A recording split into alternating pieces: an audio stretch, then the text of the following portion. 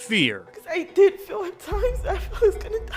So much fear. I kept praying. I said, God, please let me live through this moment. Humiliation. I was a zero. I was nothing. Pure disbelief. I just couldn't understand, how is this happening to us? All just for wanting a fresh start. You come to Oklahoma and you get treated like this. For what? This woman, who we're calling Marissa, and her 3 daughters came to Oklahoma from Maryland looking for a slower, more affordable pace of life. They rented this house in a nice, seemingly safe northwest Oklahoma City neighborhood. Her husband planned to join them this past weekend, but any semblance they had of comfort went out the window when 20 men armed to the teeth busted through it Thursday morning. I don't know who they were. They had guns. It was dark. All the lights were off. They were federal agents, Marissa says, with the U.S. Marshals, ICE, and the FBI. And I kept asking them, like, who are you? What are you doing here? What's happening?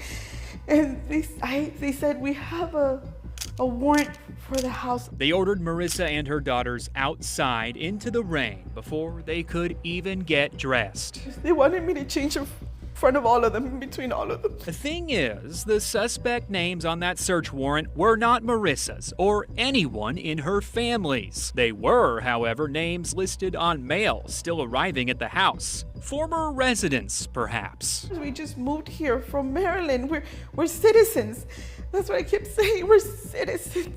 She says they didn't care. We weren't criminals. Why were they treating us like criminals? We were here by ourselves. That we didn't do anything. The agents ripped apart every square inch of the house, taking their phones, laptops, documents, and their life savings in cash as evidence. Like, I have to feed my children.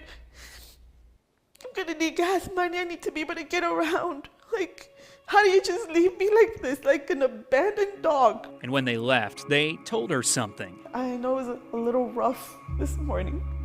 It was so denigrating. Like, you do all of this to a family, to women, your fellow citizens, and it was a little rough. You have literally traumatized me and my daughters for life. This family has virtually nothing. And I said, when are we gonna get our stuff back? He was like, it could be days or it can be months. Nothing but questions. What if I would have been armed? What if you're breaking in?